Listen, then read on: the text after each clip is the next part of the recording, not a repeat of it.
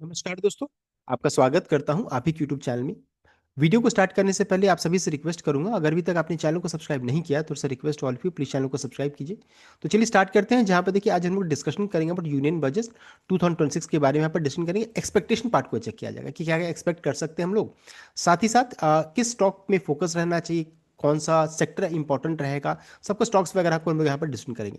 साथ साथ यहाँ पर देखिए एफएम हमारे जो फिनांस मिनिस्टर है, उन्होंने 2 साल पहले अगर चेक कीजिएगा तो बहुत सारे बदलाव किए थे।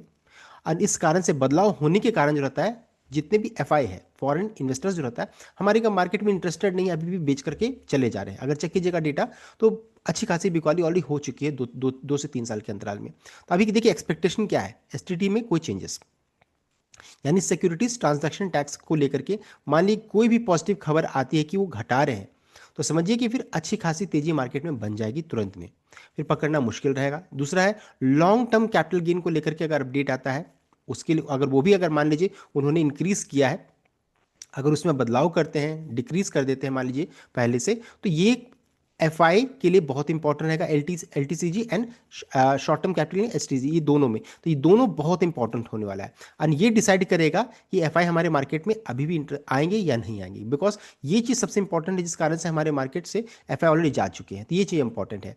तो ये इश्यू को ध्यान दीजिएगा, इसको लेकर के क्या अपडेट आता है। एक्सपेक्टेशन ये है कि कुछ ना कुछ तो बदलाव जरूर होना चाहिए, तो ये ध्यान दीजिएगा, इसको वॉच कीजिएगा। नेक्स्ट है कब आएगा, ये कब ये अनाउंसमेंट हो सकता है। तो देखिए 1 फरवरी संडे का दिन है, 11 बजे 11 AM से ये स्टार्ट होगा। 11 बजे से ये सेशन स्टार्ट होगा, इस चीज़ को ध्यान दीजिएगा। 11 बजे से ये देखिए यहाँ पर 11 AM लिखा हुआ, तो 11 AM से स्टार्ट होगा। उसी समय से देखिए आपको मार्केट में मूवमेंट होना स्टार्ट हो जाएगा, यानी संडे का दिन है। और संडे का दिन मार्केट अभी तक तो नहीं खुला था, लेकिन इस बार खुला रहेगा। अपडेट मैंने पहले ही आपको बताया था कि मार्केट जो रहता है, ये देखिए एनएससी की वेबसाइट से है, एनएससी का ऑफिशियल डॉक्यूमेंट है, जहां पर बताया गया कि प्री ओपन सेशन 9 से 9:08 तक चलेगा, 9:15 से लेकर के 3:30 तक नॉर्मल ट्रेडिंग सेशन रहेगा। इस चीज़ को ध्यान दीजिएगा। तो ये टाइमिंग आप इसको यहाँ पर चेक कर सकते हैं। तो बजट वाले दिन पूरा मार्केट फुल फ्लेज्ड वर्क होने वाला है, वर्किंग डे रहेगा। नेक्स्ट है, अब है कि किस स्टॉक में फोकस किया जाए। तो देखिए अक्सर जब भी बजट आता है, सब कुछ होता है, तो पीएसयू स्टॉक खासकर फोकस में रहते हैं। सरकारी कंपनीज, याद रखिएगा इसको, सरकारी कंपनी फोकस में रहते हैं। तो अब मैं क्या करता हूं, तो मैं डिविडेंड वाले स्टॉक्स को मैं फोकस करता हूं कि जहां पर डिविडेंड का ट्रिगर है, जैसे ओएनजीसी हो गया, गेल हो गया, बीपीसीएल हो गया। उसके अलावा अगर चेक कीजिएगा तो रेलवे स्टॉक्स में जैसे राइट्स हो गया, जहां पर डिविडेंड है, जहां रेगुलर डिविडेंड पेमेंट होता है, यानी कि क्वार्टरली डिविडेंड पेमेंट हो जाए, तो ऐसे स्टॉक्स में फोकस इसलिए करता हूं कि मान लीजिए किसी कारणों से गिरावट होगी तो ये एक अच्छा मौका हो सकता है, खरीद लेंगे, लॉन्ग टर्म से काम कर सकते हैं। या फिर मान लीजिए अगर मान लीजिए तेजी बनना स्टार्ट होगा, तो पहले से डिविडेंड का ट्रिगर है ही, अगर मान लीजिए कुछ और इंपॉर्टेंट रहे तो अच्छा खासा पैसा, तो पीएसयू स्टॉक्स आपके वॉच लिस्ट में जरूर होना चाहिए। पीएसयू स्टॉक्स में पीएसयू बैंकिंग सब कुछ यहाँ पर आ जाता है, इस चीज को ध्यान दीजिएगा। नेक्स्ट है, अब सेक्टर वाइज हम लोग फोकस करेंगे, तो देखिए अभी फोकस में क्या हो सकता है, gaming export industry seeks support यहाँ पर आ सकता है।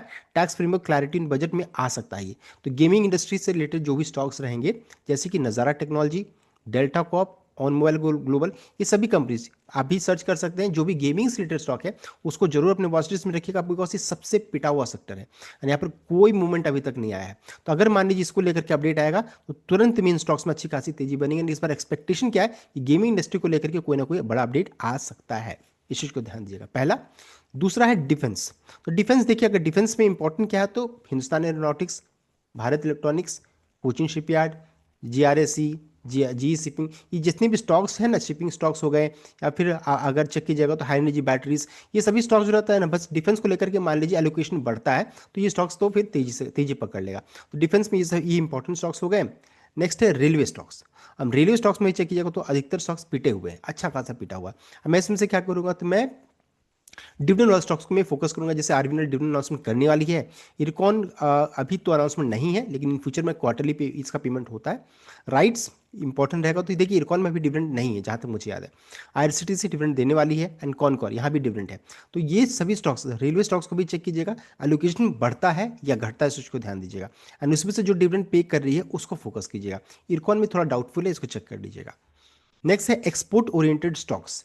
देखिए ये सेक्टर पता नहीं चलता है, अचानक अपडेट आता है एक्सपोर्ट को लेकर के, बिकॉज अभी देखिए टैरिफ को लेकर के प्रॉब्लम चल ही रहा है। मान लीजिए एक्सपोर्ट को, अमेरिका की तरफ से टैरिफ को लेकर के, अगर मान लीजिए एक्सपोर्ट को लेकर के कोई अपडेट आता है तो Gokuldas export, Avanti feeds, apex frozen food, Welspun living, ये स्टॉक्स जो रहता है ना तुरंत में 15 से 20% का मूवमेंट दे देते हैं।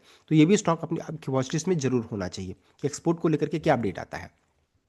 नेक्स्ट है automobile and EV and electric mobility को लेकर के मान लीजिए कोई अपडेट आता है, बिकॉज इसमें टाटा मोटर्स पैसेंजर व्हीकल ने यहाँ पर सरकार से यहाँ पर किसके ऐसे मदद मांगी थी कि ऐसा होना चाहिए कि Tata motors is calling on government for target incentives to make electric vehicle more accessible to consumer.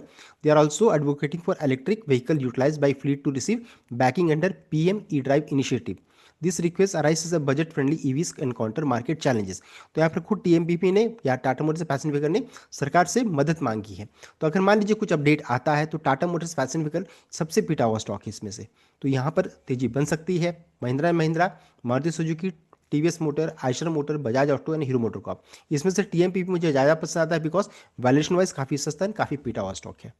Next है सेमीकंडक्टर एंड इलेक्ट्रॉनिक्स को लेकर के कोई अपडेट आना, अगर मान लीजिए कुछ अच्छी खबर आती है तो उसमें सबसे पिटा हुआ अगर चेक करेंगे तो डिक्सन का भी नाम है, ऐसे मोशिप टेक्नोलॉजी, टाटा एलेक्सी, तो इन सभी स्टॉक्स को भी अपने वॉच लिस्ट में रखिएगा सेमीकंडक्टर स्टॉक्स में। एंड उसके अलावा लास्ट है मान लीजिए एफडीआई लिमिट इंक्रीज करने की बात होती है तो पीएसयू बैंक में अगर चेक कीजिएगा तो पीएसयू के लिए बात हो रही है यहाँ पर, तो SBI, Canara bank and bank of Baroda, ये सभी को अपने वॉच लिस्ट में रख सकते हो। तो देखिए जिस स्टॉक को मैं फोकस करने वाला मैंने आपको बता दिया, एंड क्या एक्सपेक्टेशन है बजट से वो भी मैंने आपको बता दिया था कंप्लीट अपडेट। आई होप आपको लाइक किया, शेयर किया, चैनल को सब्सक्राइब कीजिएगा। Thank you.